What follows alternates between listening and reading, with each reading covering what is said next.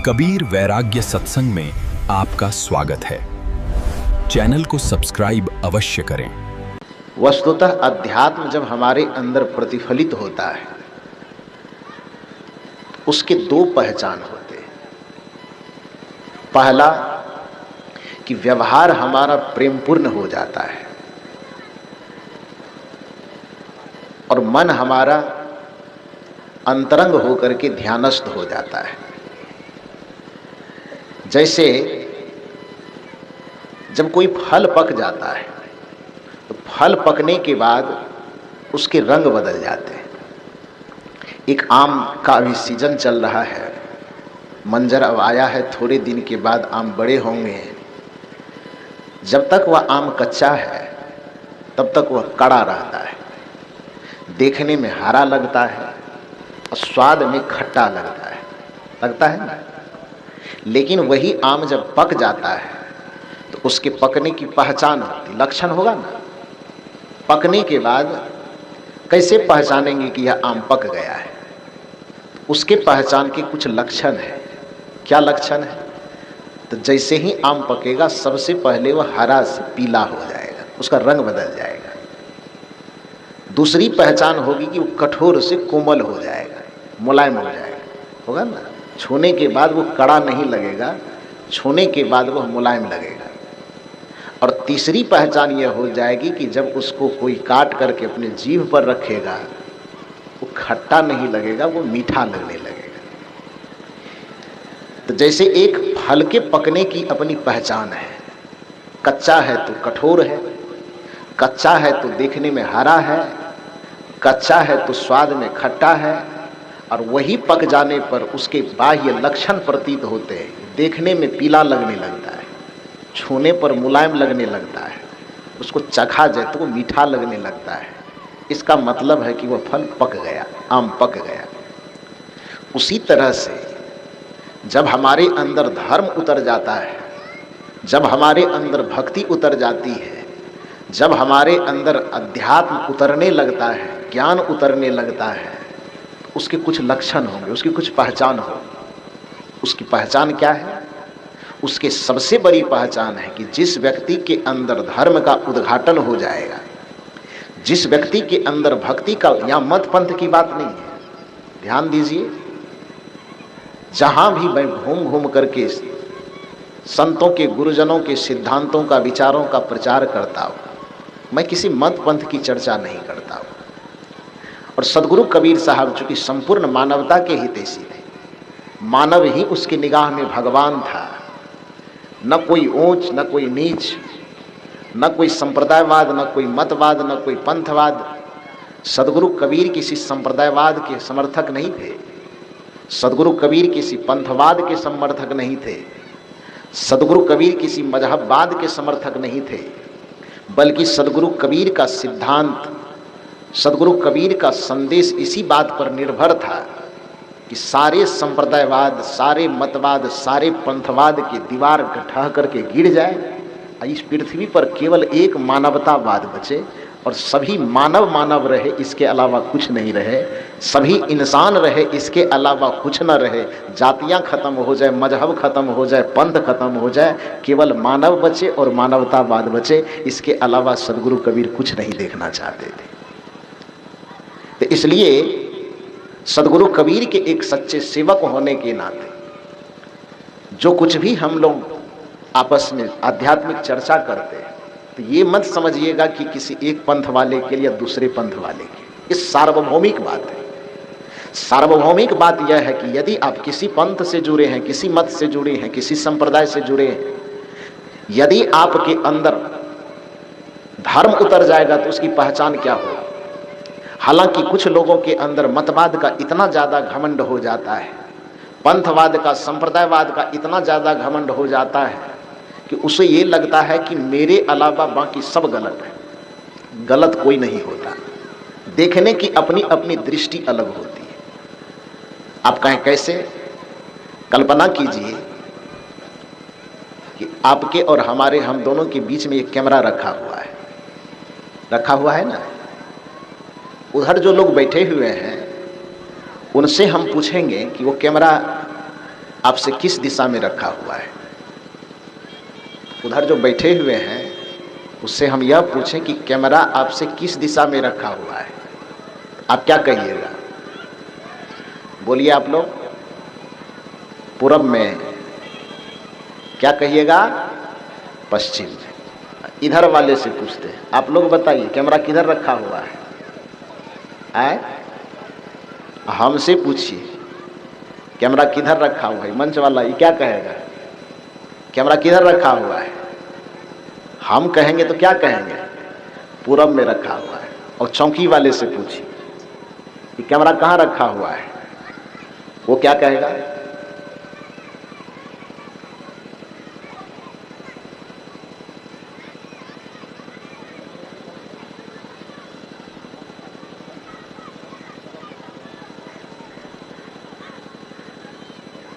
इस सब महात्मा सब आदत को बिगाड़ करके रखा है।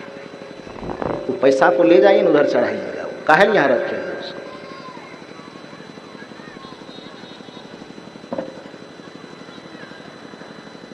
बोलिए सदगुरुदेव की। कहने का ये अर्थ है कि चौकी पर बैठने वाले उस व्यक्ति से पूछा जाए कि कैमरा किधर रखा हुआ है, स्वाभाविक है कि वो कहेगा कि हमसे दक्षिण में है, कहेगा ना। उधर वाले से पूछेंगे कहेगा उत्तर में है, उधर वाले से पूछेंगे कहेगा पश्चिम में है, इधर वाले से पूछेंगे कहेगा दक्षिण में है। हमसे पूछिएगा तो हम साहब जी से पूछिए, इधर पूछिए, जो भी इस दिशा में है वो कहेगा कि कैमरा हमसे पूरब में रखा हुआ है। इसमें गलत कौन कह रहा है? इस चारों तरफ के लोगों में से गलत कौन कह रहा है? आए? कोई गलत कह रहा है? अब पूरब वाला भाला उठा ले कि पश्चिम कह नहीं सकते हो, उत्तर वाला भाला उठा ले कि नहीं नहीं तुम गलत है, हमारे गर्दने काट देंगे। जब कैमरा रखा हुआ है पश्चिम में तो पूरब कैसे कह रहा है? संप्रदाय में यही सबसे बड़ा भेद का कारण है। दूसरे के दृष्टि को हम समझना ही नहीं चाहते। सत्य को समझने की सार्वभौमिक दृष्टि जिसके पास है वो धर्म के लिए कभी झगड़ा नहीं करता है। धर्म को समझने की सार्वभौमिक दृष्टि जिसके पास है उस संप्रदायवाद के चक्कर में पड़ करके एक दूसरे पे गले पे तलवार नहीं तानता है। वो जानता है कि सत्य बड़ा सार्वभौमिक है। अमेरिका वाला भी सूर्य को देखता होगा तो कहेगा वो मेरे पास है। इस सहरसा से अभी खड़ा होकर के देखिए, आप क्या कहिएगा? सूर्य कहाँ निकला हुआ है? नवहट्टा में। अब मधेपुरा में कोई व्यक्ति देखता होगा, वो क्या कहेगा? वो कहेगा कि सूर्य तो एकदम सीधे मधेपुरा के सामने में, कहेगा ना।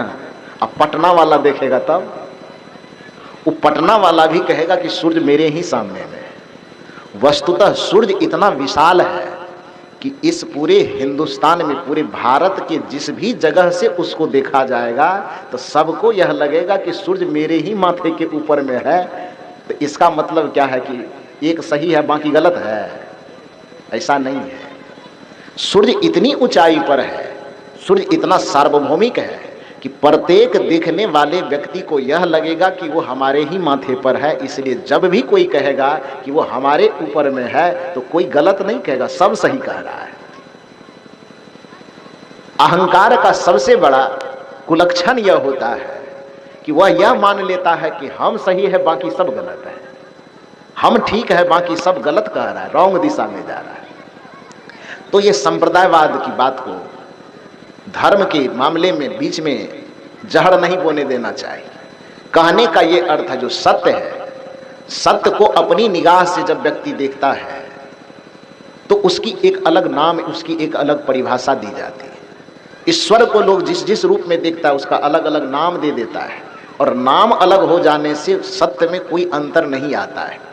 जैसे पानी को कोई व्यक्ति वाटर कहे तो पानी गर्म हो जाएगा, पानी को कोई व्यक्ति जल कह करके पिए तो खट्टा हो जाएगा, पानी को कोई व्यक्ति नीर कह करके पिए तो क्या हो जाए? मीठा हो जाएगा। चाहे नीर कह करके पियो तो भी प्यास ही बुझेगी, पानी कह करके पियो तो भी उसमें कोई फर्क नहीं आएगा, जल कह करके पियो तो भी उसमें कोई फर्क नहीं आएगा, आब कह करके पियो, वाटर कह करके पियो, पानी कह करके पियो, तो पर भी उसके तथ्य में, उसकी शीतलता में कोई फर्क नहीं आएगा। तो शब्दों के अंतर हो जाने से सत्य में कोई अंतर नहीं होता है। उसी तरह से अपने अपने निगाह, अपने अपने सोच, अपने अपने संस्कार के अनुसार सत्य, ईश्वर, धर्म और परमात्मा को देखने से नाम अलग अलग दिया जा सकता है, लेकिन उसके वास्तविकता में, उसके सत्य में जरा सा भी अंतर नहीं होता है। यही कारण है कि हमारे वेद के ऋषि ने कहा कि सत्य एकम विप्रा बहुधा वदंती, कि सत्य एक होता है लेकिन विद्वान जन उसको अनेक अनेक नामों से कह करके पुकारता है। इसलिए सत्य को लेकर के, धर्म को लेकर के किसी को झंझट करने की और उलझने की जरूरत नहीं, कोई मत उलझिए। मैं कह रहा था यह कि संपूर्ण मानवता की बात यह है कि धर्म जिसके जीवन में उद्घाटित हो जाए, भक्ति जिसके जीवन में उद्घाटित हो जाए, ये सत्संग जिसके जीवन में उद्घाटित हो जाए, तो उसकी पहचान क्या है? उसका कुछ लक्षण होना चाहिए ना। तो जैसे उदाहरण मैंने बताया कि एक फल के परिपक्व हो जाने पर, पक जाने पर उसके सारे के सारे चिन्ह बदल जाते हैं। देखने में पीला हो जाता है, छूने पर मुलायम हो जाता है और चखने में मिठास आ जाती, मीठा हो जाता है। उसी तरह से यदि आपके जीवन में धर्म का, ज्ञान का, भक्ति का अवतरण हो गया तो फिर आपके जीवन में भी कुछ बदलाव आएगा, कुछ लक्षण बदल जाएगा। लक्षण क्या बदलेगा? पहला लक्षण यह बदलेगा कि आपका मन बाहर के प्रपंचों से छूट करके अंतर्मुखी हो जाएगा। और दूसरा लक्षण यह प्रकट होगा कि आपका जीवन बाहर से प्रेमपूर्ण बन जाएगा, अपने से छोटे के प्रति स्नेह का प्रादुर्भाव हो जाएगा, अपने समान उम्र वालों के प्रति प्रेमपूर्ण व्यवहार हो जाएगा और अपने से बड़े के प्रति श्रद्धापूर्ण व्यवहार हो जाएगा। इसका यह मतलब हो गया कि अब सत्संग आप में भीगने लगा है। यदि आप अपने से बड़े के प्रति श्रद्धा से झुक रहे हैं, अपने समान उम्र वालों के प्रति प्रेम से लबालब भर रहे हैं और अपने से छोटे के प्रति स्नेह का प्रसार कर रहे हैं, तो समझ लीजिए कि अब हम में भक्ति, ज्ञान, ध्यान का अवतरण हो गया है। बाकी कोई व्यक्ति कितना भी कहे कि हम खूब सत्संग करते हैं और व्यवहार में उबड़ खाबड़ है, व्यवहार में नफरत है, व्यवहार में घृणा है, व्यवहार में निंदा है, व्यवहार में आपसी टकराव है, और 1000 बार कहता रहे कि हम बड़ा सत्संगी हो गए, वो सब कहना बेकार है। कोई व्यक्ति दिन भर आंख बंद करके बैठा रहता है, कहे कि एकदम हम सीधे त्रिकुटी महल पर चढ़ गए, सुखमनिया में नजर लग गई है, लेकिन व्यवहार उसका उबड़ खाबड़ है। भाई भाई में प्रेम नहीं है, माता पिता के प्रति श्रद्धा नहीं है, बड़े बुजुर्ग के प्रति सम्मान और आदर का भाव नहीं है। कितना भी बड़ा दावा ठोके कि हमारा ध्यान एकदम त्रिकुटी महल में पहुंच गया है, उसका सब दावा बेकार है, गलत कह रहा है। क्योंकि स्वाभाविक बात है कि फल पके और उसमें मिठास नहीं आवे, ये हो नहीं सकता, लक्षण है। फल पके और उसमें पीलापन नहीं आवे, ये हो नहीं सकता है। फल पक जाए और उसमें कोमलता नहीं आवे, हो ही नहीं सकता है, क्योंकि वह उसका लक्षण है। उसी प्रकार से हमारे अंदर ध्यान उतर जाए और हमारे व्यवहार में समरसता, प्रेम और सद्भावना न झलके, ये कदापि नहीं हो सकता है। हमारे जीवन में सत्संग उतर जाए और हमारे जीवन में प्रेम और करुणा पैदा न हो, प्राणियों के प्रति दया पैदा न हो, ऐसा कदापि नहीं हो सकता है। ध्यान उतरेगा तो दया बाहर में दिखेगा, सत्संग उतरेगा तो प्रेम बाहर में दिखेगा, भक्ति भीतर में अवतरित होगी तो व्यवहार में समरसता, व्यवहार में सद्भाव दिखाई देगा। यही कारण है कि धर्म जगत को जो लोगों ने बिगाड़ करके रखा, या दावा भी ठोका कि हमसे बड़ा पुजारी कोई नहीं है, फिर भी उसके हाथ से हथियार नहीं छूटे। कबीर ऐसे ही लोगों को धर्म के नाम पर पाखंडी कहा, कबीर ही ऐसे लोगों को धर्म और पूजा के नाम पर पाखंडी कहा। सतगुरु कबीर ने कहा कि कोई व्यक्ति कहता है कि हम मंदिर में पूजा करने के लिए जाते हैं और हम पुजारी हो जाते हैं, तो 2 दिन, 4 दिन, 5 दिन वह पुजारी बन करके रहता है और कुछ दिन के बाद उसके हाथ में तलवार आ जाते हैं, बकरी को, भैंसा को, फलाना को लाता और गर्दन काट देता है। कबीर साहब कहते हैं, या दुनिया के कोई भी समझदार, कोई भी विवेकी व्यक्ति यह कहेगा कि यदि मंदिर में जाकर के तुम बकरी या भैंसे के गर्दन पर तलवार चलाते हो, छुरी चलाते हो, और यदि हम इसको पूजा कहेंगे तो तुम ही बताओ कि हत्या किसे कहेंगे। यदि किसी के गर्दन को काटना पूजा कहलाएगा, निर्दयता का व्यवहार धर्म कहलाएगा, हिंसा का व्यवहार धर्म कहलाएगा, किसी के रक्त को बहाना यदि पूजा कहलाएगा, तो फिर कुकर्म किसे कहा जाएगा? यदि किसी को काटना पूजा कहलाएगा, तो फिर हिंसा और हत्या अधर्म किसे कहा जाएगा? कबीर साहब ने एक बहुत बढ़िया प्रश्न किया है। धर्म करे, धर्म कथे और जीव बधत है। ध्यान दीजिए बात पर, कि कहते हैं कि हम धार्मिक हैं, मुंह से कहते हैं कि हम धर्म कर रहे हैं, मुंह से कहते हैं हम पूजा कर रहे हैं, मुंह से कहते हैं हम ज्ञानी हैं, मुंह से कहते हैं हम पुजारी हैं। सदगुरु कबीर का प्रश्न है। और सदगुरु कबीर इस आडंबरी समाज से, इस पाखंडी पूजा करने वालों से ऐसे ऐसे सवाल किए हैं कि आज तक उनके सवाल का जवाब देने के लिए धरती पे कोई पाखंडी पैदा नहीं हुआ है, पैदा हुआ ही नहीं, क्योंकि उसके सवाल का जवाब दिया ही नहीं जा सकता।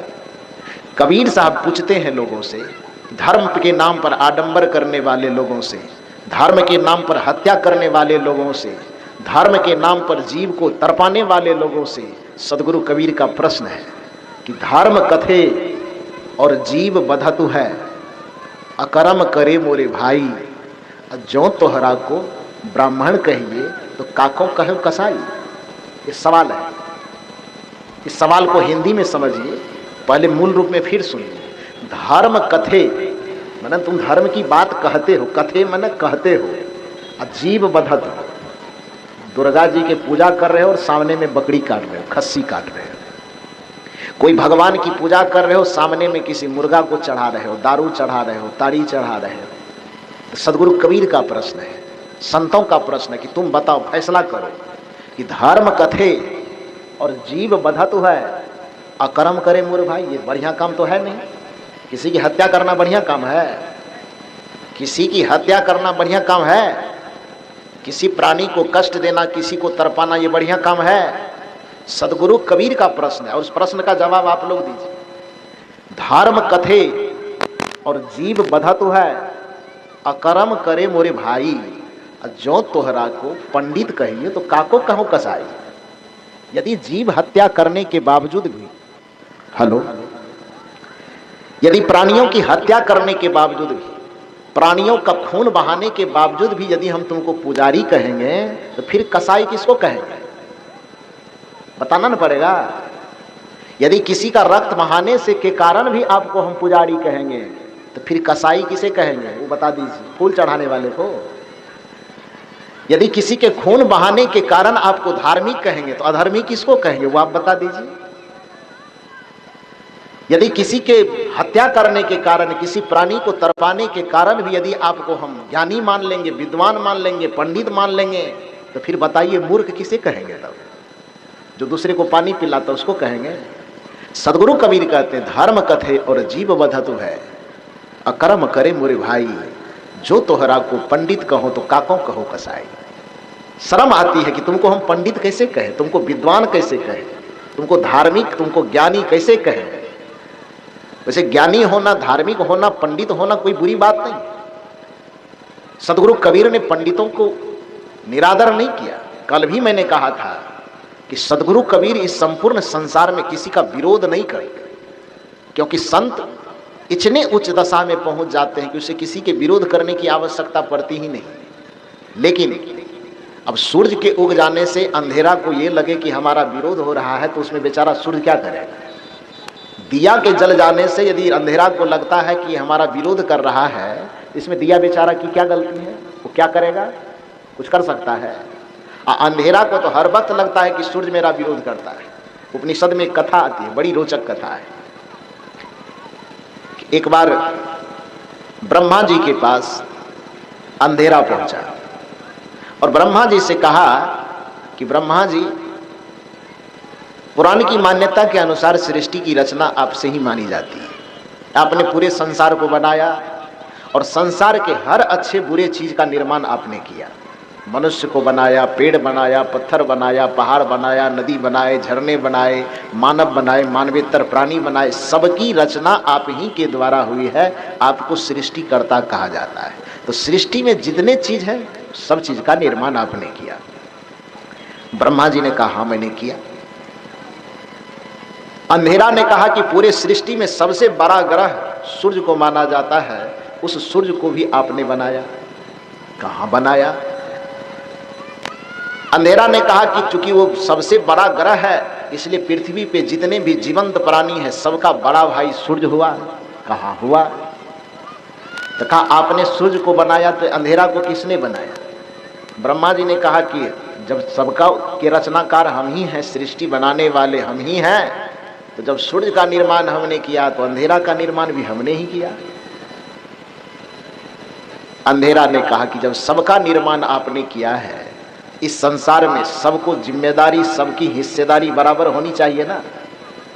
ब्रह्मा जी ने कहा होना चाहिए। तो कहा बड़ा बेटा होने के नाते सूर्य को आपने इतनी मनमानी की छूट क्यों दे दी? ब्रह्मा जी ने कहा हुआ क्या?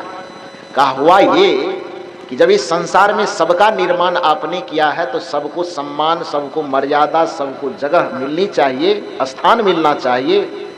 लेकिन आपका बड़ा बेटा होने के नाते यह सूर्य इतना घमंडी है, इतना अभिमानी है कि जहां जहां जा करके हम अपना किला खूंटा गाड़ते हैं। कौन कह रहा है? अंधेरा कह रहा है। जहां जहां जा करके हम अपना किला खूंटा गाड़ते हैं, स्थापित करते हैं कि आपका ही बड़का बेटा सूरज आ करके सब जगह से हमको बेदखल कर देता है, किला खुट्टा उखाड़ देता है। कहाँ जाते हैं कहाँ आते हैं कुछ पता भी नहीं चलता है। बड़ी मेहनत करके हम बनाते हैं, अपना भवन तैयार करते हैं, अपना किला तैयार करते हैं, और कुछ देर के बाद सूरज आता है और हमारे राज को उखाड़ पुखाड़ करके किला खुट्टा उखाड़ के फेंक देता है। हम कहीं के नहीं बचते। ब्रह्मा जी ने कहा कि जब से सृष्टि बनी है तब से लेकर के आज तक यह शिकायत करने के लिए तो कोई नहीं आया। जहां तक मुझे मालूम है, सूर्य संपूर्ण प्राणी को, संपूर्ण पदार्थों को जीवन शक्ति की ऊर्जा दे करके सबका सहयोग ही करता है। पेड़ पौधों को बढ़ने में विकसित करता है, फसल को उगने में विकसित करता है, मनुष्य को जीवन की ऊर्जा दे करके आगे बढ़ने में मदद करता है। तो जहां तक मुझे जानकारी है, सूर्य आज तक किसी को कष्ट नहीं देता, सबका मदद करता है। तू पहला व्यक्ति है जो शिकायत करने आया है। तो खैर कोई बात नहीं, शिकायत किए ही हो तो अचानक तो एक्शन लेंगे नहीं, अचानक तो कोई फैसला सुनाएंगे नहीं। सूर्य को आने दो, उससे बातचीत करते हैं, उससे पूछते हैं कि तुम्हारा कोई शिकायत करने आया था, असल बात क्या है। घुसखोर सरपंच तो है नहीं कि फैसला सुना देंगे के पक्ष की बात सुन करके। कुछ सोच समझ करके फैसला सुनाए। तो अंधेरा को कहा कि या तो कल आना या सूर्य से पूछ लेंगे, जब समय होगा तुमको भी बुला लिया जाएगा। ब्रह्मा जी से शिकायत करके अंधेरा चला गया। ब्रह्मा जी इंतजार करने लगे सूर्य के आने का। संजोग के बाद कुछ देर के बाद जब सूर्य आया तो ब्रह्मा जी उसे बुला करके पूछते हैं, देखो सूर्य, तो पूरे ब्रह्मांड में मेरा सबसे प्रिय बेटा और सबसे बड़ा बेटा है। आज तक तुम्हारे व्यवहार से नाखुश होकर के कोई शिकायत करने नहीं आया था। आज पहली बार एक अंधेरा नाम का व्यक्ति आया, बड़ा शिकायत करके गया है कि जहाँ जहाँ अपना घर परिवार बसाता है तुम जाकर के उसको उजाड़ देते हो। सूर्य ऐसे नाक सिकोड़ के माथा खुजला के कर क्या नाम बोले? ब्रह्मा जी से पूछ रहा है, आश्चर्य, माथा खुजला के पूछ रहा क्या नाम बोले? ब्रह्मा ने कहा अंधेरा। सूर्य का अंधेरा? आज तक तो अंधेरा होता क्या, ये तो नाम भी नहीं सुना हुआ लगता है। नाम भी नहीं सुने, उस व्यक्ति से भेंट नहीं हुआ है, कभी मेरे नजर के सामने नहीं आया है, तो कोई झगड़ा झंझट विवाद और उसको उखाड़ के फेंकने की बात कहां से आ गई? ब्रह्मा जी ने कहा नहीं नहीं, मैं गलत नहीं बोल रहा हूं, मेरे पास शिकायत करने आया था। सूर्य ने कहा पहली बात तो क्षमा करें पिताजी, पूरे सृष्टि में मैं किसी का विरोध नहीं करता हूं, पूरे सृष्टि में मुझे किसी से दुश्मनी नहीं है, पूरे सृष्टि में जहां तक हो सकता है मैं अपने से किसी का भला कर देता हूं। गलती में जाने अनजाने में यदि किसी को मुझसे ठेस पहुंच गई होगी तो आप उनको समय पर बुला लीजिएगा और उसी समय मैं भी आकर के पैर पकड़ करके माफी मांग लूंगा और फिर दोबारा उसको कोई कष्ट नहीं दूंगा, लेकिन मेरे आमने सामने थोड़ा बुला दीजिएगा। ब्रह्मा जी को उनकी बातें बड़ी अच्छी लगी। ब्रह्मा जी ने कहा कोई बात नहीं। संजोग की बात, फिर दूसरे दिन अंधेरा आता है। अंधेरा ने कहा क्या ब्रह्मा जी, सूर्य से कुछ बातचीत हुई थी, पूछे थे? ब्रह्मा जी ने कहा पूछे भी थे, और साथ साथ यह भी मैं बता दूं कि मैंने पहले कहा था कि सूर्य उपद्रवी नहीं है, सूर्य सबको मदद करता है, सहयोग करता है। तुम जो शिकायत लेकर के आए हो, तुम्हारे शिकायत पर हमको विश्वास नहीं है। और सूर्य से भी जब मैंने पूछा तो उनकी भी बातों में वही बात, उन्होंने कहा कि हम अंधेरा को कभी देखे नहीं हैं, जब उनका नाम तक नहीं सुने हैं, उनसे कोई न झगड़ा है, न विवाद है, न कोई लड़ाई है, तो भला उसको मैं क्यों उजारूंगा? उसका नाम तक मैं नहीं सुना हूं। जिसके कारण से सूर्य की तरफ से यह ऑफर आया है कि यदि जाने अनजाने में मुझसे गलती, हम जान के कभी उसको उजारे नहीं है, देखे नहीं है, विवाद नहीं किए, झगड़ा नहीं किए, लेकिन जाने अनजाने यदि गलती हो गई है तो अंधेरा है कौन, उसको मैं देखा भी नहीं, आपके सामने आ जाए तो उसको बैठा के रखिएगा, अब मुझको बुलवा लीजिएगा, दोनों आमने सामने होंगे। पहले तो हम उसको कहेंगे कि भाई हमने गलती तो किया नहीं, यदि फिर भी उसको लगेगा कि मैंने गलती किया है तो मैं उससे पैर पकड़ करके माफ़ी मांग लूँगा। तो अंधेरा अब तुम आ ही गए हो, तो ऐसा करते हैं कि सूर्य को बुलवा लेते हैं, तुम बैठो यहाँ पर, और सूर्य को क्या करते हैं हम, बुलवा लेते हैं। तो जैसे ही सूर्य को बुलवाने का नाम लिया तो अंधेरा कान पकड़ के उठक बैठक करने लगा और उसने कहा कि मुसीबत तो यही है कि हम उसके सामने ठहर ही नहीं सकते। यही तो समस्या है कि आप उसको बुलाने के लिए भेज रहे हैं तो उसके सामने हम ठहरेंगे कैसे? वो आ जाएगा तो हमारा रहना मुश्किल, हम रह नहीं सकते हैं। ब्रह्मा जी ने कहा कि जिसका नाम सुनने के साथ ही तुम गायब होने के लिए गली खोज रहे हो और उस पर मुकदमा ठोकने आए हो कि उसके कारण हमारा घर उजड़ जाता है, ये तुम्हारी बेवकूफी नहीं है? कहने का ये अभिप्राय है। भला सूर्य को अंधकार से क्या दुश्मनी हो सकती है? कोई दुश्मनी नहीं है, लेकिन सूर्य के उपस्थित हो जाने पर यदि अंधकार शिकायत करे कि सूर्य हमारा विरोध करता है, तो इससे सूर्य को समझदारी, समझे कि न समझे, सूर्य को कोई मतलब हो कि ना हो, यह अंधकार की बेवकूफ़ी है कि सूर्य हमारा विरोध कर रहा है। ठीक उसी प्रकार से सदगुरु कबीर का ज्ञान, सदगुरु कबीर का चिंतन, सदगुरु कबीर का दर्शन उस चमकते हुए सूर्य की तरह है, जहां पर आडंबर करने वाले, पाखंड करने वाले, अंधविश्वास फैलाने वाले को यदि धक्का लगता है तो उसमें कबीर की कुछ बात नहीं है। कबीर किसी का विरोध नहीं करता है, पाखंडी का विरोध अपने आप हो जाता है। अंधविश्वासी का विरोध अपने आप कबीर को करना नहीं पड़ता है। कबीर केवल सत्य कहते हैं। कबीर साहब केवल ज्ञान का प्रकाश फैलाते हैं, और ज्ञान का प्रकाश फैलाते ही आडंबर का जो अंधकार है वो अपने आप छटने लगता है। सदगुरु कबीर केवल भक्ति का प्रकाश फैलाते हैं, और भक्ति के नाम पर फैले हुए जो पाखंड रूपी अंधकार है, उस अंधकार का सर्वनाश अपने आप होने लगता है। इसमें कबीर साहब क्या करें, उसकी गलती क्या है? सदगुरु कबीर किसी का, मैंने कहा कि सदगुरु कबीर किसी का विरोध नहीं करते। कुछ लोगों को लगता है कि कबीर साहब पंडित के बहुत बड़े विरोधी, बहुत बड़े दुश्मन हैं। संत कभी किसी के दुश्मन नहीं होते, ज्ञानी कभी किसी के दुश्मन नहीं होते। लेकिन कोई व्यक्ति प्रधानमंत्री बन जाए तो बड़ा आदरणीय पद है, लेकिन प्रधानमंत्री बन करके वो भ्रष्टाचारी करने लगे तो जेल में नहीं ठूसा जाएगा? वो पद तो बड़ा गरिमामय है ना। कोई व्यक्ति जज बन जाए, जज बड़ा गरिमामय पद है। कोई व्यक्ति महात्मा बन जाए, बड़ा गरिमामय पद है कि कमरे से निकल करके मंच तक आते हैं तो सैकड़ों लोग जो बैठे हुए उठ करके खड़े हो जाते हैं। लेकिन यही महात्मा रोड पर जाकर के सिगरेट पीने लगे तो बैठा हुआ आदमी उठ करके खड़ा होगा कि नीचे से चप्पल निकाल करके फेंकेगा? क्या करेगा?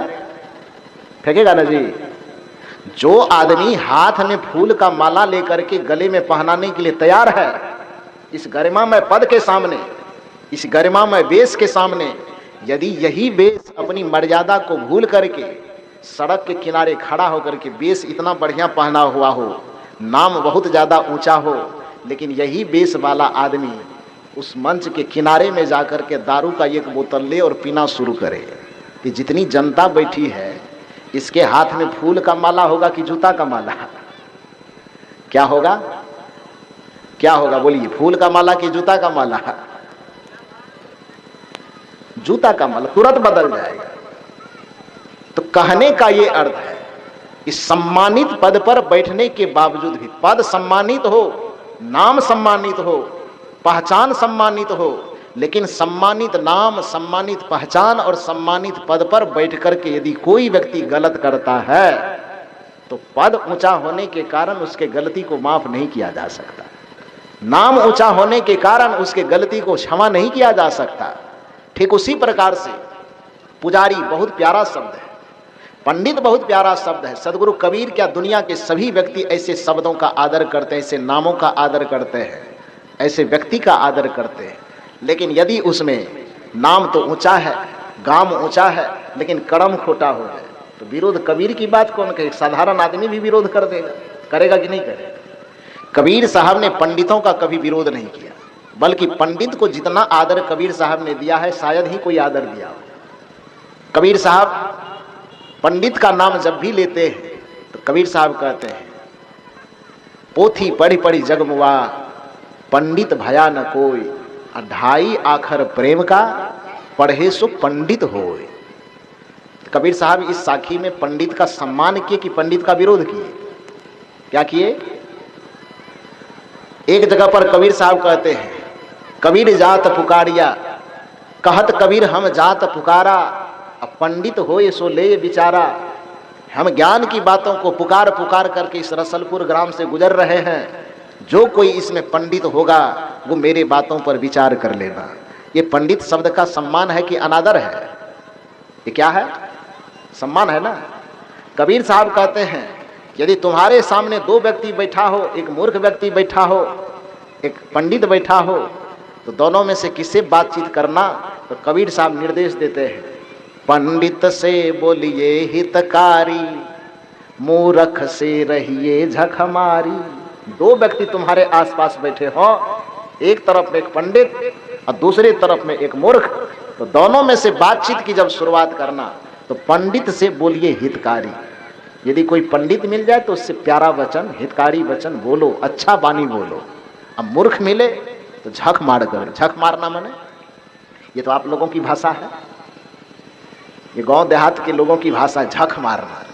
झक मारने का मतलब मक्खी उड़ाते रहना बैठ करके, कोई काम नहीं करना, बस बैठ करके या तो कपार नोचना या मक्खी उड़ाते रहना या माथा खुजलाते रहना, इसी को कहा जाता है झक मारना, कहता है ना। तो कबीर साहब यहाँ कहते हैं कि यदि पंडित मिले, कोई विद्वान मिले, ज्ञानी मिले तो उससे हितकारी वचन बोलो, प्रिय वचन बोलो, अच्छा वचन बोलो। लेकिन कोई मूर्ख मिले, गंवार मिले, समझ में बात न समझने वाले मिले तो उससे झक मार करके। तो इस शब्द में, इस चौपाई में कबीर साहब ने जो कहा पंडित से बोलिए हितकारी और मूर्ख से रहिए झखमारी, तो पंडित का यहाँ निरादर है कि सम्मान है? क्या है? सम्मान है ना, ये आदर है कि नहीं?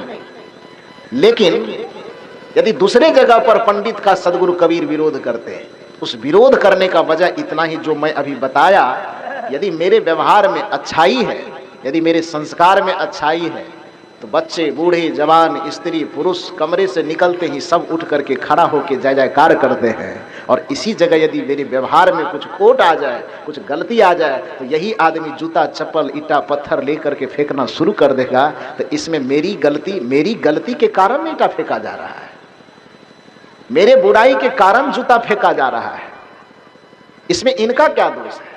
उसी तरह से पंडित ज्ञानी उच्च पद पर होने के बावजूद यदि कोई अकर्म, यदि कोई कुकर्म, यदि कोई आडंबर और पाखंड में पड़ा हुआ दिखता है तो कबीर जैसे ज्ञानी को उसके विपक्ष में बात करना ही पड़ेगा।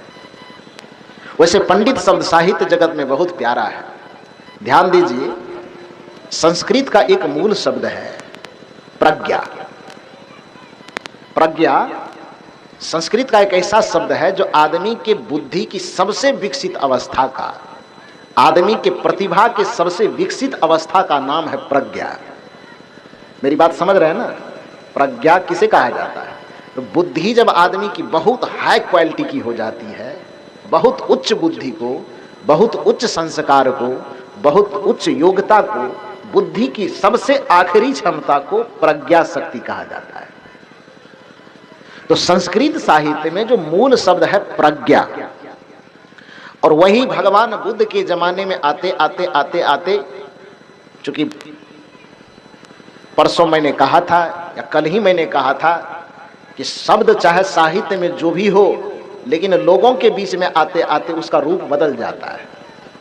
शब्द है यादव और लोगों की बोलचाल की भाषा में बदल करके हो जाता है जादव। शब्द है, कल मैंने कहा था, चौराहा और लोगों के बीच में बदलते बदलते हो जाए चौरा। उसी तरह से जो लोक भाषा का बड़ा प्रभाव रहता है, साहित्य के मूल शब्द भी बदल जाते हैं। जहाँ पर मैं रहता हूँ, आज मैं जहाँ ठहरा हुआ था डॉक्टर साहब के यहाँ, कुछ लोग मुझसे मिलने गए थे। तो मिलने के क्रम में चर्चा हुई थी कि आप जो भागलपुर में रहते, कहाँ रहते हैं? कहलगांव में रहते हैं। उसने पूछा उस जगह का नाम कहलगांव क्यों पड़ा है? मुझे याद आ गई, इसलिए इसकी चर्चा कर रहा हूँ। कहलगांव वस्तुतः जिसे अष्टावक्र मुनि का नाम आप लोग सुने हैं, राजा जनक के गुरु अष्टावक्र मुनि, मिथिलांचल का जो क्षेत्र है, मिथिला नरेश राजा जनक का इलाका, तो राजा जनक के गुरुदेव थे अष्टावक्र मुनि। और अष्टावक्र मुनि के पिता का नाम क्या है मालूम है? अष्टावक्र मुनि के पिता का नाम कोहल ऋषि। क्या नाम था? कोहल ऋषि। अष्टावक्र मुनि के पिता का नाम कोहल ऋषि। उस कोहल ऋषि का तपस्या स्थल, उस कोहल ऋषि का आश्रम वहीं पर था जहां मैं रहता हूं, जहां से मैं आया हूं। तो कोहल ऋषि का आश्रम वहां होने के कारण, कोहल ऋषि की तपस्या स्थली होने के कारण, उसका मूल नाम, उस नगर का नाम था कोहलगांव। क्या नाम था? कोहलगांव। लेकिन कोहलगांव बदलते बदलते जब अंग्रेज आया तो कागज में अभी भी जो वहाँ का खतियान नक्शा वगैरह होता है ना, तो उसमें नाम लिखा हुआ था कोलगांव। कोहलगांव से अंग्रेज जब आया तो अपनी भाषा में उसको कन्वर्ट करके मूल नाम था कोहलगांव। आज जब अंग्रेज आया, अंग्रेजी दस्तावेज बना, कागज बना, कुछ भी बना, तो नाम हो गया कोलगांव। क्या नाम हो गया? कोलगांव। अब फिर जब अंग्रेज चला गया तो अंग्रेज के चले जाने के बाद जब अपने हिंदुस्तान के लोग, भारत के लोग, गांव देहात वाले लोग, साहित्यिक लोग उस नाम पर चर्चा करने लगे, तो बोलते बोलते न वो कोहलगांव बोला और ना वो कोलगांव बोला, उसको बदल करके उसका नाम हो गया कहलगांव। मूल नाम क्या था? कोहलगांव। अंग्रेज के आने से क्या हो गया? कोलगांव। और अभी फिर लोक भाषा का जब प्रभाव पड़ा, क्षेत्रीय भाषा का प्रभाव पड़ा, तो नाम बदल के क्या हो गया? कहलगांव। उसी कहलगांव की धरती से मैं आपके बीच में आया हूँ। अष्टावक्र मुनि जहाँ से आकर के राजा जनक को ज्ञान दिए थे, तो बड़ा गैप कर दिया आप लोगों ने मुझको बुलाने। राजा जनक ने अष्टावक्र मुनि को बुला करके अपना गुरु, अपना ज्ञान का उपदेश लिया था, और आप लोगों ने श्री साहब जी के सहयोग से यहाँ पर बुला करके उसी कहलगांव की धरती से हमसे प्रवचन सुन रहे हैं। आप बहुत बड़े भाग्यशाली आदमी हैं।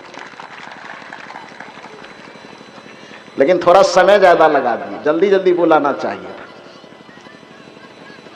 हमारे डॉक्टर साहब प्रयास किए और चर्चा हो रही थी कि शायद बहुत दिन के बाद, यह पता नहीं कभी यहाँ सत्संग हुआ था कि नहीं हुआ था। लोग बोल रहे हैं कि एक बार पहले कभी हुआ था जिलाधिवेशन के रूप में, इसी में कोई बैठे हुए चर्चा कर रहे थे कि उधर जिलाधिवेशन हुआ था, और उसके बहुत दिन के बाद फिर यहाँ पर हुआ है।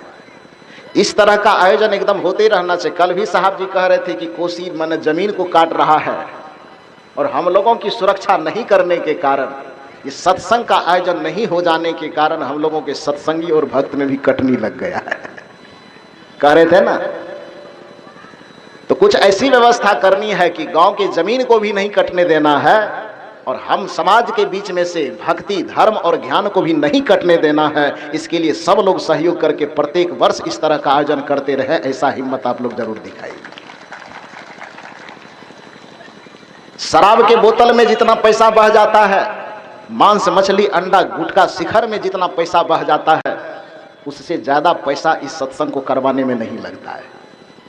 यदि आदमी संकल्प ले ले, वर्ष में एक बार, जितने आदमी बैठे, इससे ज्यादा की जरूरत नहीं पड़ेगी। जितना आदमी बैठे हुए हैं, यह संकल्प ले लीजिए कि 365 दिन में हमको, बहुत ज्यादा नहीं, एक एक आदमी को 500-500 रुपए देना है।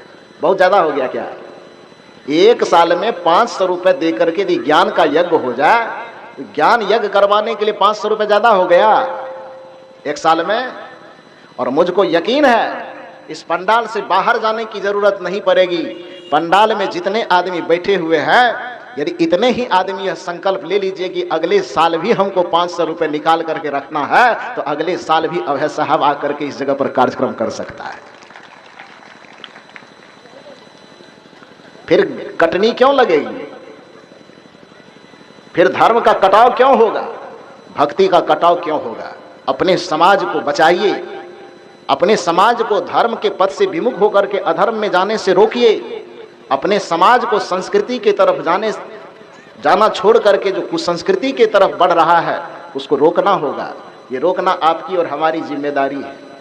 यदि नहीं रोकेंगे तो फिर जो माता पिता का आदर होना चाहिए वो आदर नहीं हो पाएगा, फिर जो बड़े बुजुर्गों का सम्मान होना चाहिए वह नहीं हो पाएगा, फिर जो परिवार में आपसी संगठन आपसी प्रेम होना चाहिए वह नहीं हो पाएगा, समाज के बीच में जो आपसी सद्भावना रहनी चाहिए, यदि ये सत्संग, ये धर्म, ये ज्ञान का मंच नहीं लगेगा तो आपस के प्रेम मिट जाएंगे, आपस के सद्भावना खत्म हो जाएगा, हृदय का प्रेम खत्म हो जाएगा। हृदय के प्रेम को बचाने के लिए, आपसी सद्भावना को बचाने के लिए, पारिवारिक संबंधों की मधुरता को बचाने के लिए और शुद्ध रूप से अपने धर्म और संस्कृति को बचाने के लिए इस तरह से सत्संग का आयोजन वर्ष में एक बार होते रहना चाहिए, इसको करते रहना चाहिए।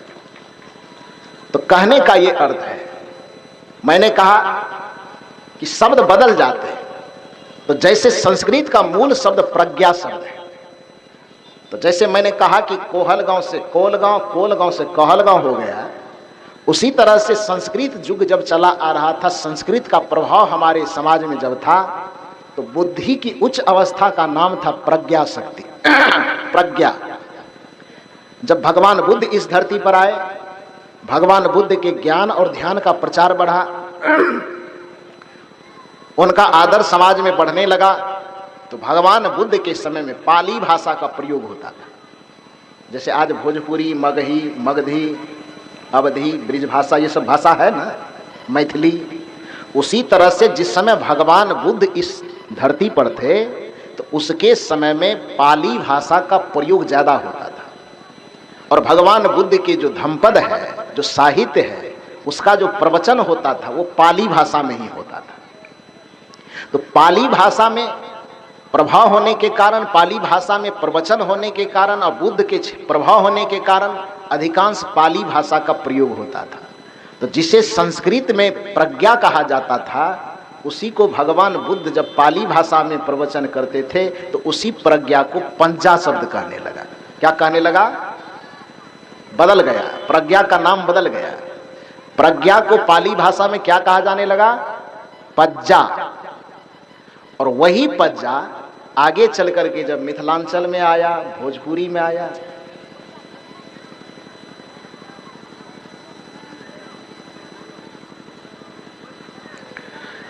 बोलिए सदगुरुदेव की।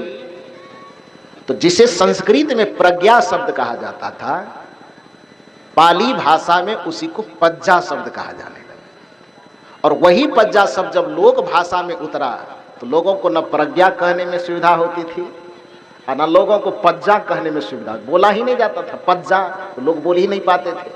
प्रज्ञा तो वो तो पहले लुप्त हो गया था पज्जा के प्रभाव में। तो न प्रज्ञा कहने आवे और न पज्जा कहने आवे। तो धीरे धीरे धीरे धीरे लोक में वह भाषा बदल गई और सीधा शब्द बन गया पंडा। क्या बन गया? पंडा। संस्कृत का मूल शब्द प्रज्ञा, पाली भाषा आते आते बन गया पंजा। और लोगों को बोलने में जो यदि बात उच्चारण करने में कठिनाई होती थी तो आम बोलचाल की भाषा में वह शब्द बन गया पंडा। प्रज्ञा से बना पंजा, अब पंजा से बन गया पंडा।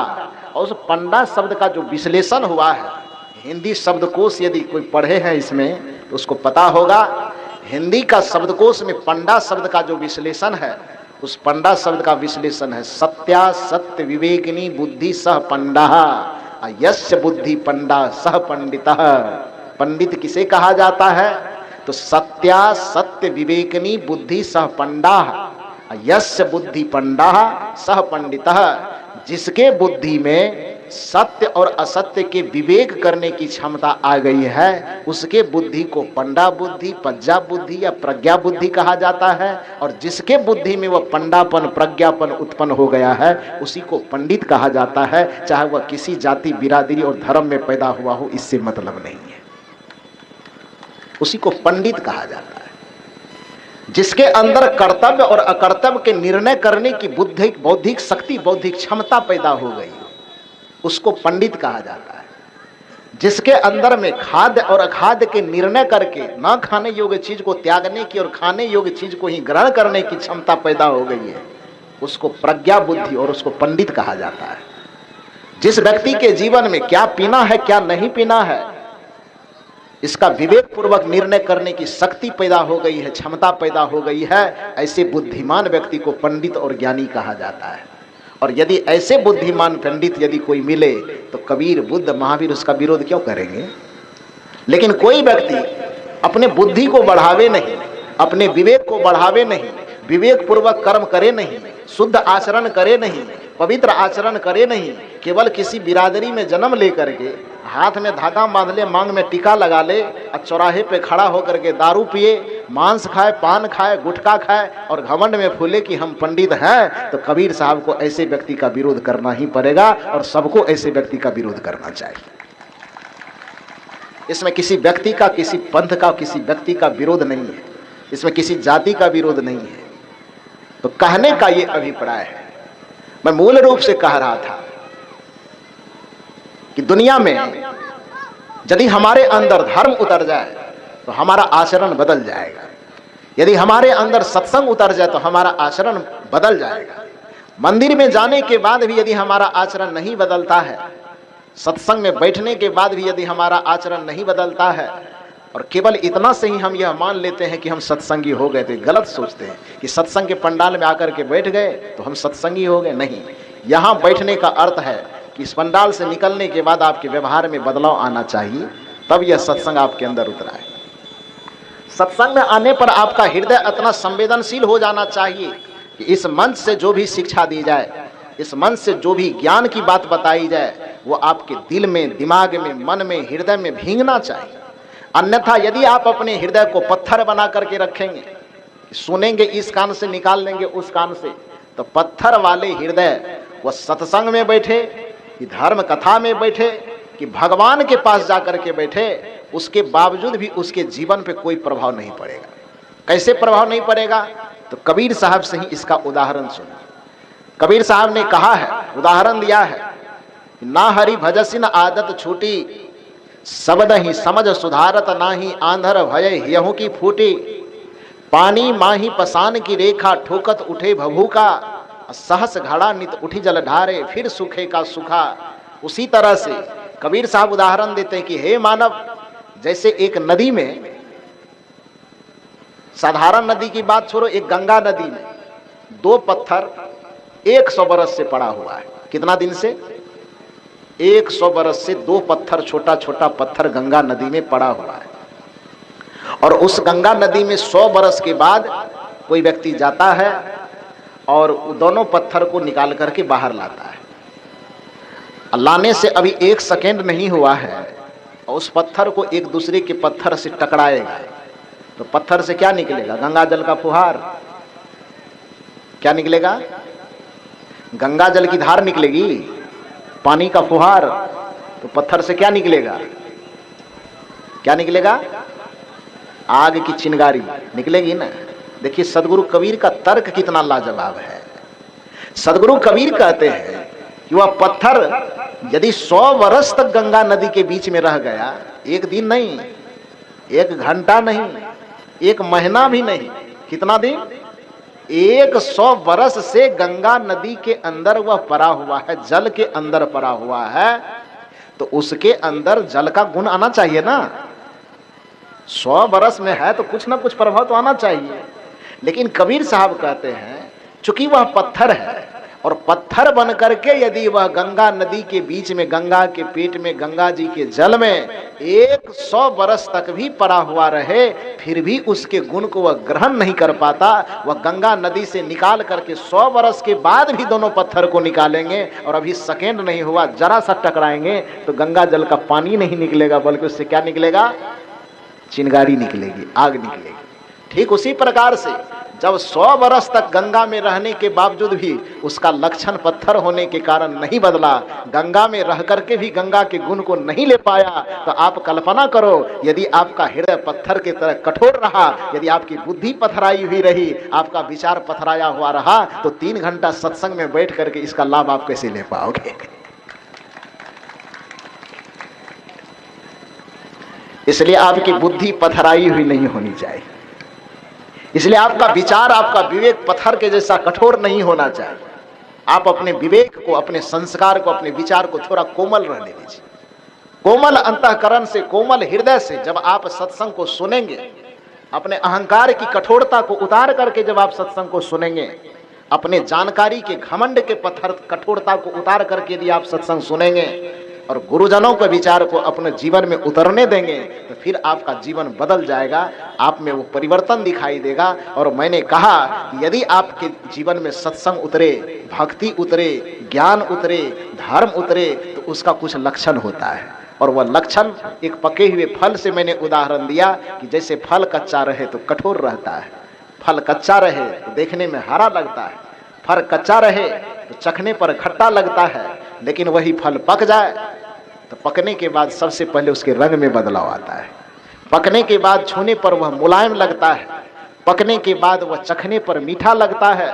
उसी तरह से एक साधारण जीवन जीने वाला इस पंडाल से बाहर रह करके जिसका जीवन कठोर है, जिसकी बुद्धि कठोर है, जिसका मन कठोर है, जिसका स्वभाव कठोर है, जिसका संस्कार कठोर है, इस सत्संग पंडाल के नीचे आकर के, ध्यान के पंडाल के नीचे आकर के, भक्ति पंडाल के नीचे आकर के, गुरु दरबार में आकर के यदि यहाँ पर आप में सत्संग, ज्ञान और भक्ति उतर गया, तो पंडाल से निकलने पर आपकी कठोरता खत्म हो जानी चाहिए और आप में कोमलता झलकनी चाहिए, आपकी नफरत खत्म हो जाने चाहिए और आप में प्रेम झलकना चाहिए, आपके घृणा खत्म हो करके आपस में सद्भावना दिखना चाहिए और आपके आपसी विद्वेष खत्म हो करके आपस में एक दूसरे को गले लगाने की भावना दिखनी चाहिए। तब समझना चाहिए कि आप में सत्संग का अवतरण हो गया है।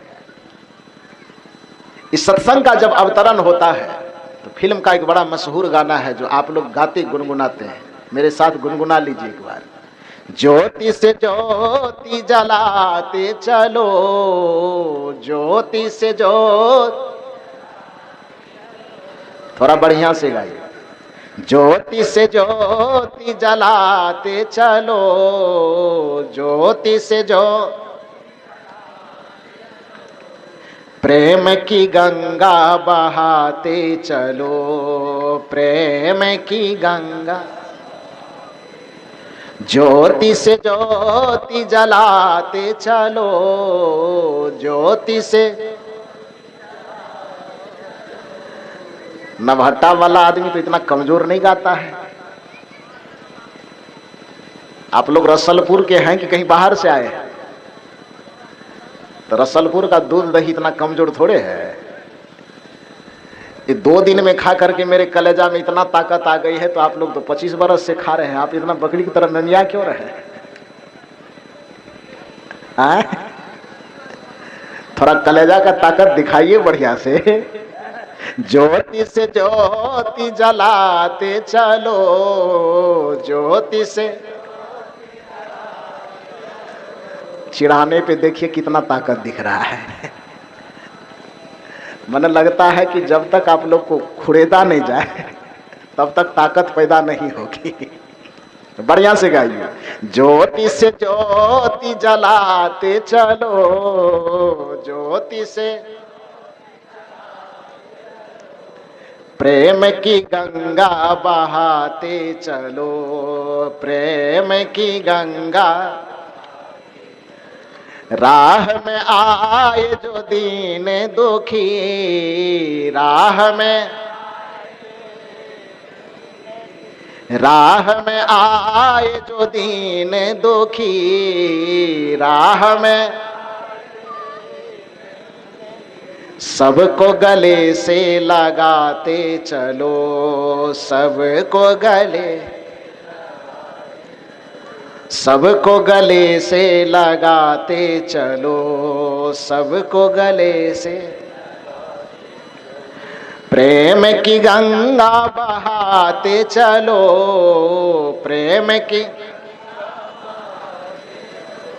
ज्योति से ज्योति जलाते चलो, ज्योति से प्रेम की गंगा बहाते चलो, प्रेम की गंगा बहाते चलो। हृदय के ज्योत से ज्योत जलाते चलिए और प्रेम की गंगा को बहाते चलिए, यही भक्ति की सफलता है। माता पिता के प्रति श्रद्धा हो, जो पूज्य साहब जी के प्रवचन का संदर्भ यही था। इसी बात पे थोड़ा बहुत आगे मैं खींच रहा हूं गाड़ी। भाई भाई के बीच में प्रेम हो, माता पिता के प्रति श्रद्धा हो, क्योंकि इस धरती पर प्रत्यक्ष रूप से दिखने वाला देवी देवता है। पता नहीं जितने देवी देवता का नाम हम जानते हैं, किसी देवी देवता को हम देखे हैं कि नहीं देखे हैं, कि कभी देखेंगे कि नहीं देखेंगे, इसकी कोई गारंटी नहीं दी जा सकती। लेकिन नजर के सामने जो प्रत्यक्ष देवी और देवता हमें दिखाई देता है, वह देवी और देवता माता पिता और गुरु के रूप में। वेद भी इस देवी देवता का पुरजोर समर्थन करते हैं। मातृदेवो भव, वेद पढ़ करके देखिए। दुर्भाग्य की बात है कि जिस देवी और देवता का वेद में समर्थन दिखला करके प्रमाणित किया गया है, 33 करोड़ देवता बता दिया गया। कोई लोग पूछने गया कि देवता का प्रमाण कहाँ है, तो पंडित पतरा पलट के वेद में लिखा हुआ है। और दुर्भाग्य की बात है कि इसने कभी वेद देखा नहीं, इसने कभी वेद को पढ़ा नहीं। अब वेद देख ले, वेद पढ़ ले, तो हमारा जैसा भूत उतरा है सबका भूत उतर जाएगा। क्योंकि चारों वेदों के अंतर्गत, चारों वेदों में जितने देवी देवता को आप जानते हैं, किसी देवी देवता का कहीं कोई नाम नहीं, कहीं कोई जिक्र नहीं है। वेद के चारों वेद के पन्ने पलटने पर आपको उसमें प्रत्यक्ष सगुण जो पूजा करने योग्य देवी और देवता बताया गया है, उसमें 4 बताए गए। 4 वेद में 4 देवता जिसकी पूजा करनी चाहिए वो बताया गया। किसका किसका? मातृदेवो भव, ये वेद का मंत्र है। क्या है?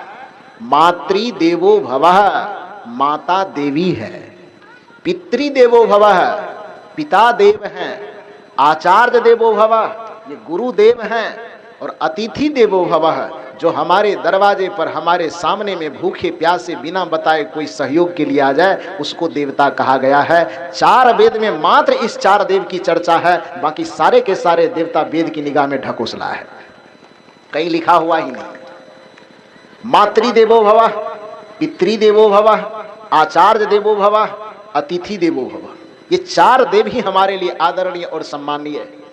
यही कारण है कि हमारे सनातन धर्म में जिस भगवान के स्वरूप को मर्यादा पुरुषोत्तम कहा गया, श्री राम को, उस मर्यादा पुरुषोत्तम के सामने जब सुबह और शाम प्रणाम पूजा करने की बातें आई, तो श्री राम के दैनंदिनी में ये नहीं लिखा गया कि श्री राम जब सुबह जगते थे तो अपने संस्कार को पवित्र करने के लिए कोई मंदिर जाते थे। इसका जिक्र नहीं।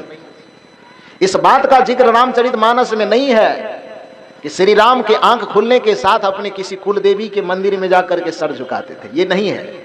बल्कि श्री राम जी की जब दिनचर्या लिखी जाने लगी, तो उस दिनचर्या में इस बात का जिक्र किया गया जो हमसे ज्यादा आप लोग अच्छा जानते हैं। और क्या जानते हैं? प्रातः काल उठी के रघुनाथा। आगे की कड़ी आप बताइए, तो आगे आप लोग बताइए ना, हम ही बतावे। कर्जा खाए थे आपका, तो क्यों बताए?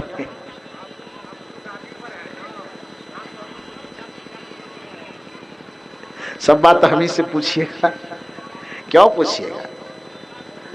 प्रातः काल उठी के रघुनाथा। और आगे की पंक्ति कहती, मात पिता गुरु। ये काम कौन करते थे? ये काम कौन करते थे? जिसको हम भगवान कह करके पूजा करते हैं, भगवान ही वह काम करते थे। श्री राम एक साधारण व्यक्तित्व से भगवान की ऊंचाई तक पहुंचे, तो भगवान की ऊंचाई तक पहुंचने में जिस देवता की पूजा उन्होंने किया, उस देवता के पूजा का जिक्र उसी रामचरितमानस में है कि श्री राम अपने माता पिता और गुरु की पूजा करके भगवान बन गए, और हम भक्ति करने वाले लोग, भगवान के भक्त कहलाने वाले लोग, माता पिता और गुरु की तरफ से नजर फेर करके खुट्टा ईटा बांस गाड़ करके उसके सामने दिन रात सर झुकाते हैं और हम भक्त होने का दावा करते हैं। और यदि ये कोई ज्ञानी, यदि कोई विचारवान यदि यह बात कहता है तो कहते हैं तो भगवान का विरोध करता है। यदि यह बात कहते हैं कहता है तो देवी देवता को मानवे नहीं करता है, ये देवी देवता का विरोध करता है। कैसे विरोध करते हैं? देवी देवता का समर्थन हम करते हैं कि देवी देवता का विरोध हम करते हैं? देवी देवता का विरोध सदगुरु कबीर करते हैं कि वो समर्थन करते हैं।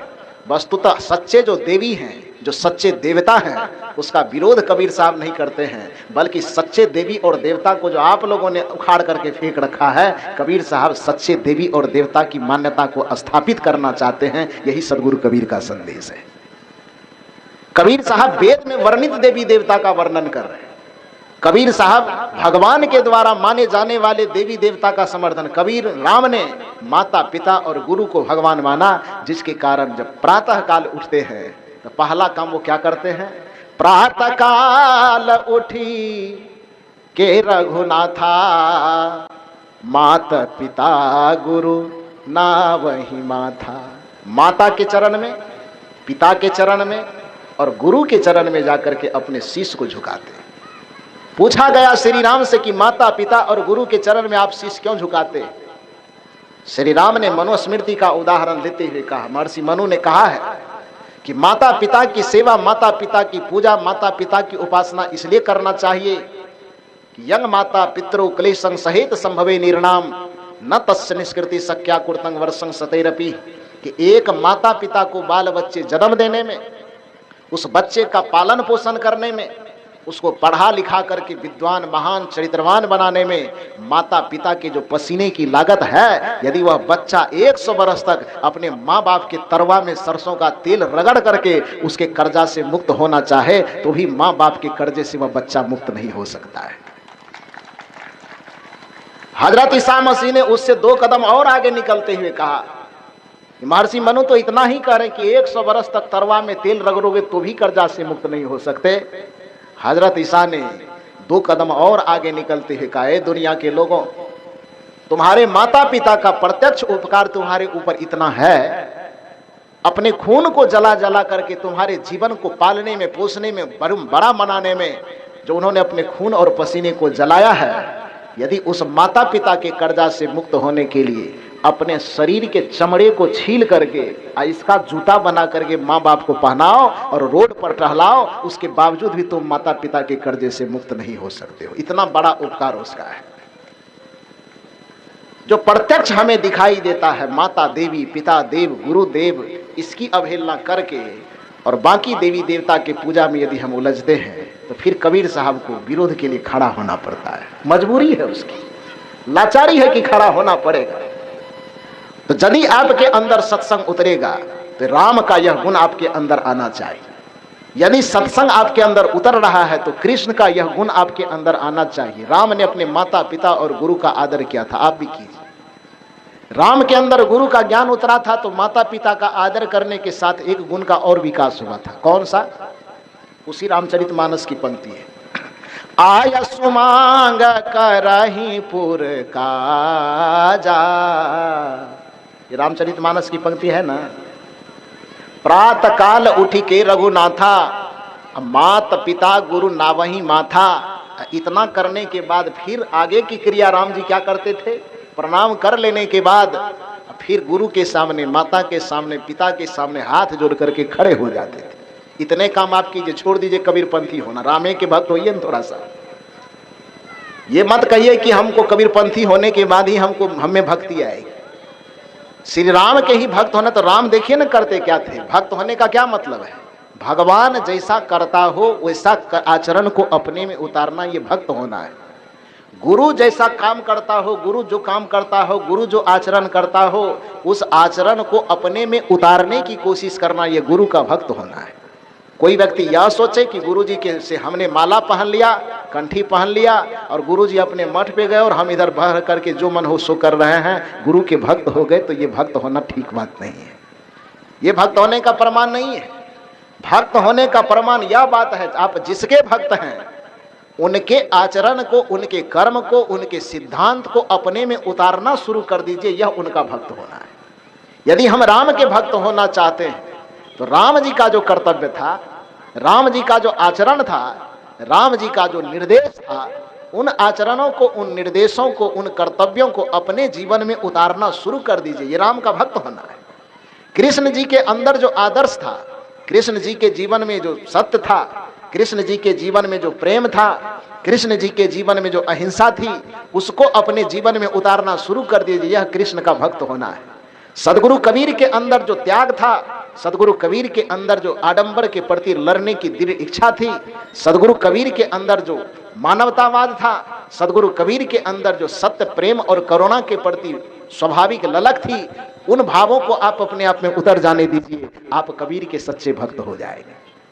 कहने का ये अर्थ है कि श्री राम जो इस संसार में मर्यादा पुरुषोत्तम कहलाए, तो उनकी आदर्श मर्यादा की रूपरेखा रामचरितमानस में खिंची हुई है। और वह रूपरेखा क्या कहती है कि सबसे पहले वह माता, पिता और गुरु को नित प्रति प्रणाम करते थे। अब दूसरा काम क्या करते थे? आया सुमांग करहि पुर काजा, देख चरित हरसई मन राजा। सुबह सुबह जगने के बाद माता, पिता, गुरु को खोजते खोजते उनके पास जाते थे, उनके चरणों में अपना शीश झुका करके प्रणाम निवेदित करते थे। खड़ा होने के बाद हाथ जोड़ करके, सीने के पास हाथ जोड़ करके, उसके बाद माता पिता बड़ों से पूछते थे, आप बताइए आज दिन भर में हमको कौन सा काम करना है। आयसु मांग करहि पुर काजा। आयसु माने आज्ञा मांग करके, आयसु मांग माने आज्ञा मांग करके, जिसको अंग्रेजी भाषा में कहते ऑर्डर मांगता था। अवधि में संस्कृत में कहे आयसु मांग, हिंदी साहित्य के अनुसार कहिए आज्ञा मांग करके, अंग्रेजी में उसको कहिए ऑर्डर मांगता था, निर्देश। आयसु मांग करहि पुर काजा। पुर माने अपना नगर, अपना इलाका, अपना घर का कौन सा काम है, ये राम जी पूछते थे कि हे माता, हे पिता, बताइए कि आज दिन भर में घर का कौन सा काम हमको करना है।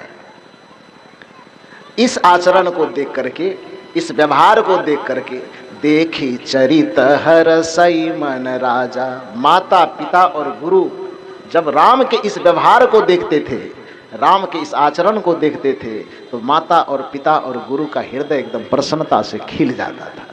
और जिस व्यक्ति के व्यवहार से, जिस व्यक्ति के विचार से, जिस व्यक्ति के आचरण से माता, पिता और गुरु का हृदय खिल जाए, तो उसको अलग से किसी देवी देवता का आशीर्वाद प्राप्त करने की जरूरत नहीं है। जिसके ऊपर माता, पिता और गुरु के आत्मा का आशीर्वाद न्योछावर हो गया, पूरे तीनों ब्रह्मांड के तीनों लोगों के सारे आशीर्वाद उसके ऊपर अपने आप बरसना शुरू हो जाता है। आयसु मांग करहि पुर काजा, देखि चरित हरसई मन राजा।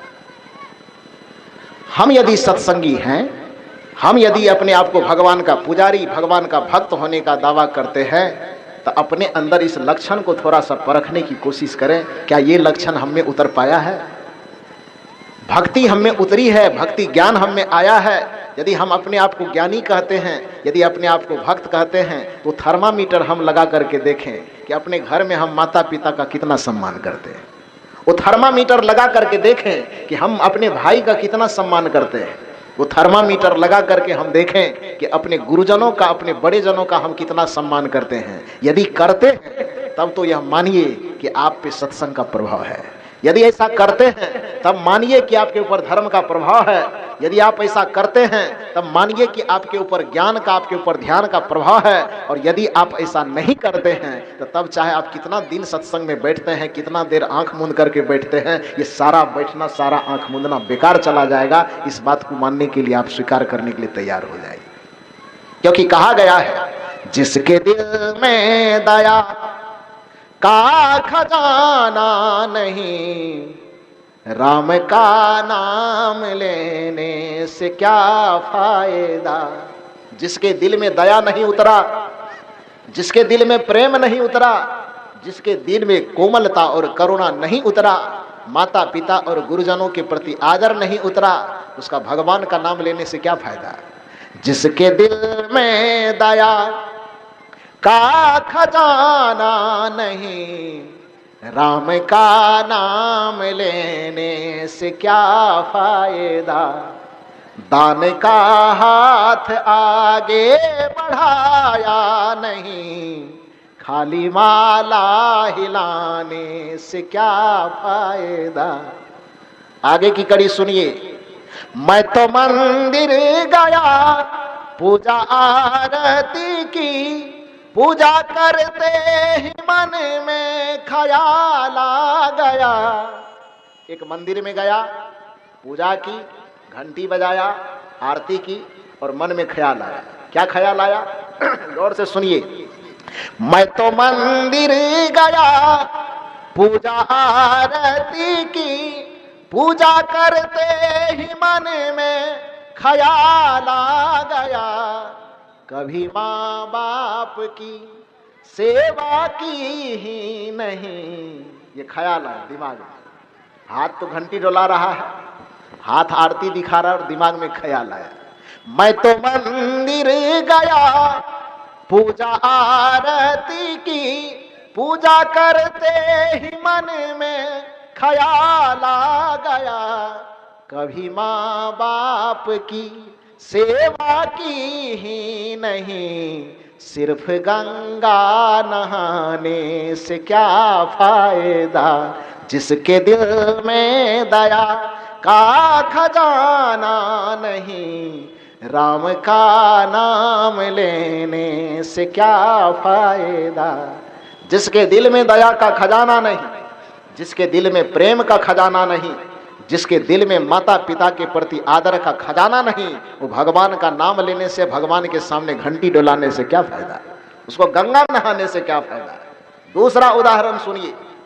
जिसको मतलब है बस अपने आराम से, दूसरों की मुसीबत से क्या वास्ता।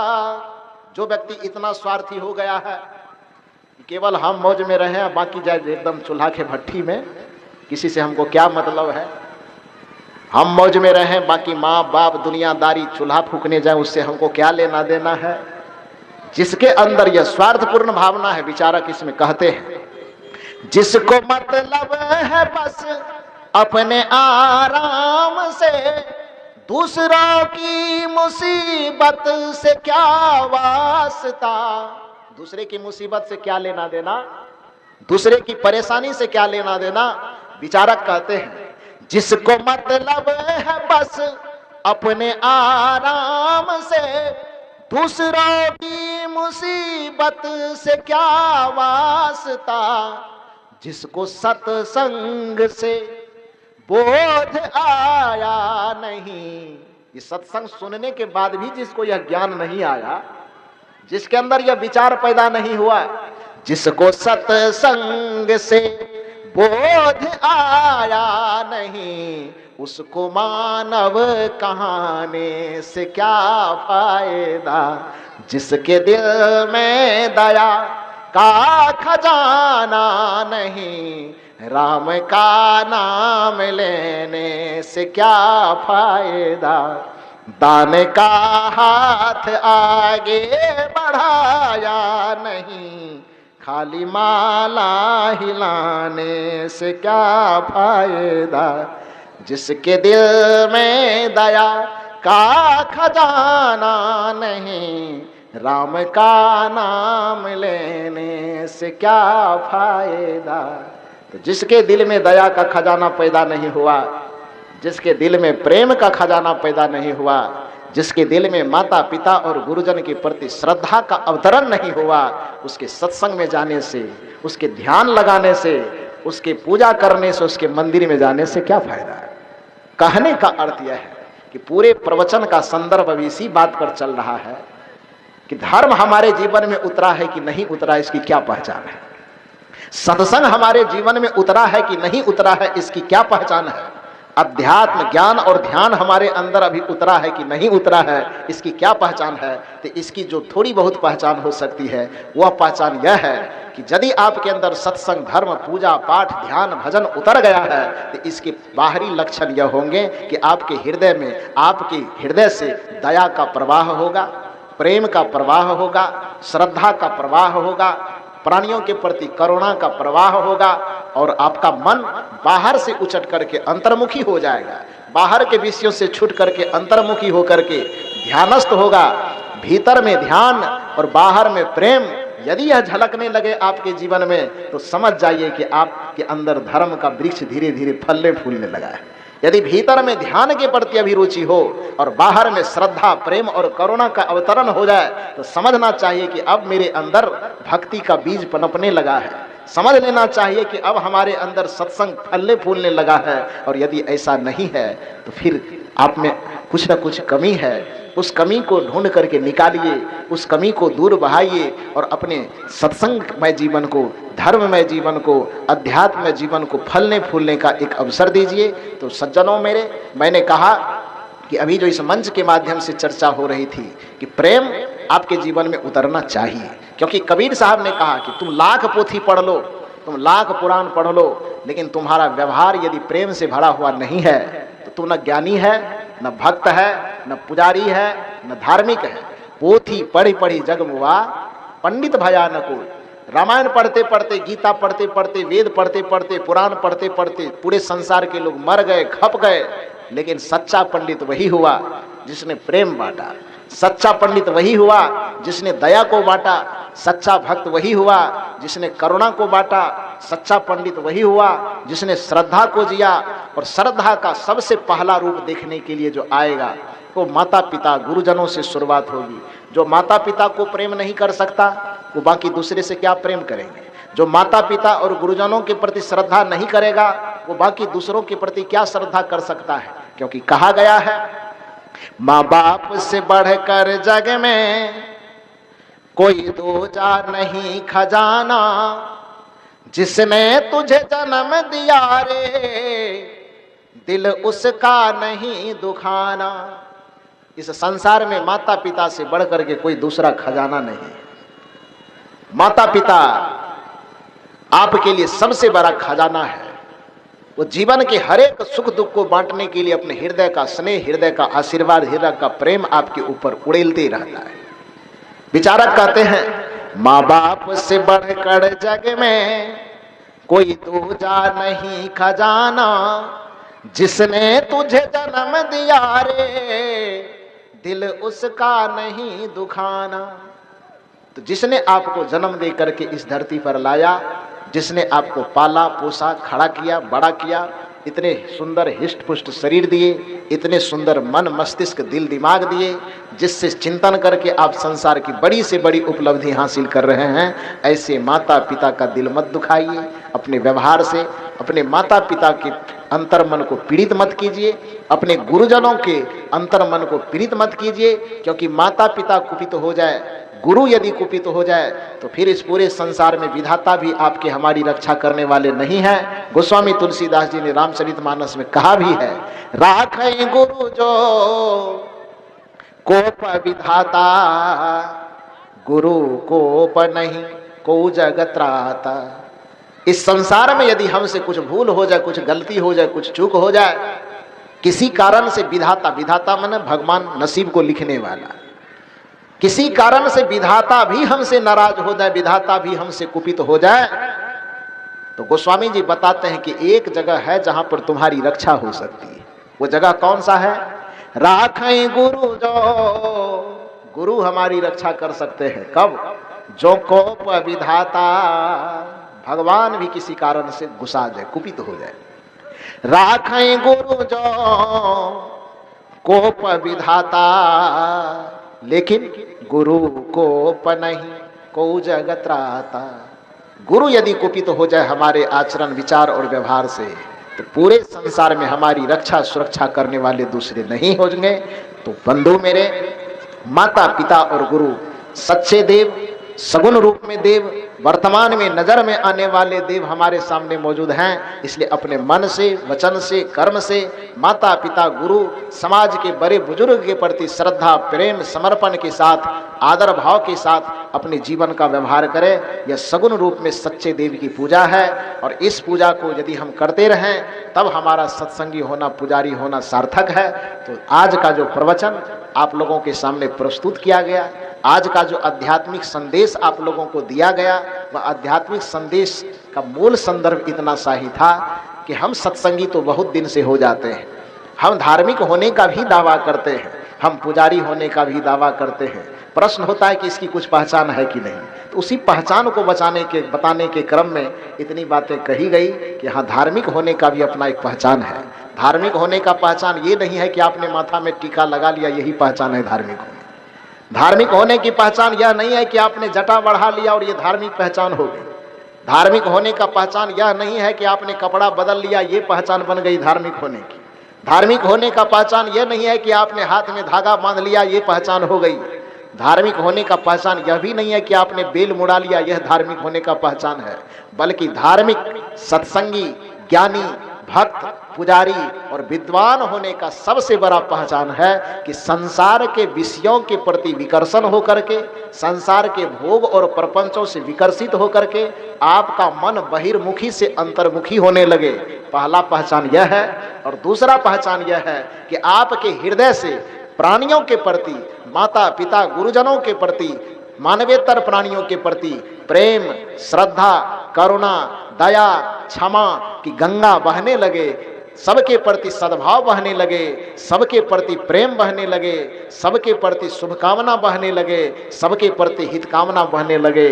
जिस दिन हृदय से वो प्रेम, करुणा की धारा बहने लगे, समझ लीजिए कि आज से हमारे जीवन में धर्म उतर गया है। समझ लीजिए कि आज से हमारे जीवन में भक्ति का लक्षण प्रकट हो गया है। समझ लीजिए कि आज से हमारे जीवन में सत्संगी होने की प्रामाणिकता हमको मिल गई है। समझ लीजिए कि आज से हमारे जीवन में ध्यान का प्रतिफलन होना शुरू हो गया। तो धर्म का लक्षण, धर्म की पहचान, सत्संग की पहचान टीका, जटा, कपड़ा, कोई विशेष वेशभूषा नहीं है। धार्मिक, सत्संगी, भक्त होने का पहचान हमारे हृदय से प्रेम, करुणा, सत्य, क्षमा, दया, सहनशीलता इत्यादि सद्गुण के प्रवाहित होने का नाम, उसी की पहचान से हम धार्मिक होना सिद्ध होते हैं, पुजारी होना सिद्ध होते हैं। तो बस इतना ही निवेदन करके आज के सत्र में आप लोगों को बहुत बहुत साधुवाद, बहुत बहुत धन्यवाद देता हूँ। शादर जय सद्गुरुदेव। आप सुन रहे थे परम पूज्य गुरुदेव संत श्री अभय साहेब जी के मंगलमयी विचार। ऐसे ही लाभप्रद विचारों को सुनने के लिए चैनल को सब्सक्राइब करें।